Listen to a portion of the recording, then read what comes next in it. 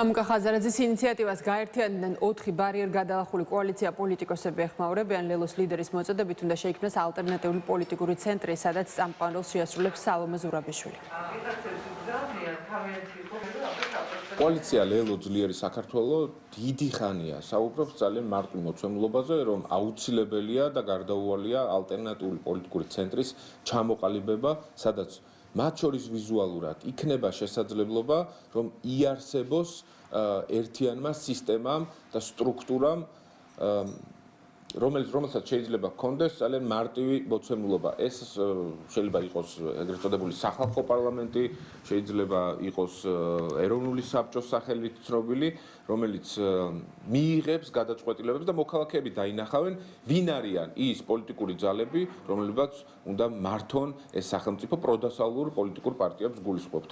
ამ პროცესში, რა თქმა უნდა, მნიშვნელოვნად მიგვაჩნია სალომე ზურაბიშვილის როლი. ყველა ტიპის კოორდინაციას და ერთიანობას ჩვენ ხარს უჭერთ, არა თუ ხარს უჭერთ, არამედ არჩევნებამდეც კი გამოვდიოდით ერთიანობის მოთხოვნით, იმიტომ რომ ჩვენ კარგად გვესმოდა და კარგად ხონდა ახმური ნაციონალურ მოძრაობას, რომ იყო ეგზისტენციალური საფრთხე ჩვენი ქვეყნის წინაშე, რომ დიქტატურა მყარდებოდა, ამიტომაც რა თქმა უნდა, ყველა ტიპის ასე ვთქვათ ერთიანობას მივესალმებით, თუმცა მთავარი ხა არის გარდა ამ ერთიანობისა, კონკრეტული ბრძოლა, კონკრეტული ეროვნული წინააღმდეგობა, სადაც ხალხს სჭირდება მათ შორის აქტიური, ასე ვთქვათ, ჩართვა და უფრო და უფრო გაზრდა ოპოზიცია იმდენად გაკოტრებულია მათი ლიდერების თამადობით, რომ ჩვენ ხედავთ, რომ საპროტესტო მიტინგზეც ვერ გამოდიან და რო იტყვიან პოლიტიკურ პროცესს მიტინგს ვერ მართავენ.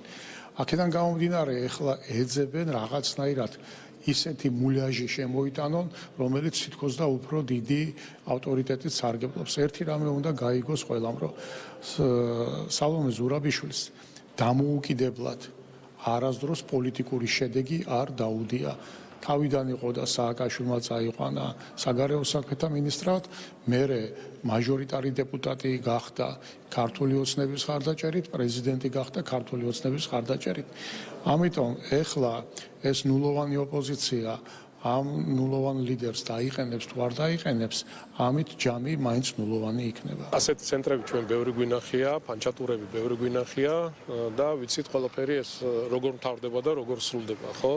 ნუ არაფერი ეს ახლა უბრალოდ გარედან რასაც ეუბნებიან, დავალებებს რასაც აძლევენ, უნდათ რომ რაღაც ერთგვარ სალომე ზურაბიშვილის ირგვლივ გაერთიანდნენ, ეს გარედან უნდათ და ეს უსამშობლოები, რა თქმა უნდა, მათ დავალებებს უპირობოდ ასრულებენ. რადიკალიზმი, უსამშობლო ადამიანების აგენტურა ქვეყანაში ვერ გაიმარჯვებს ვერასდროს.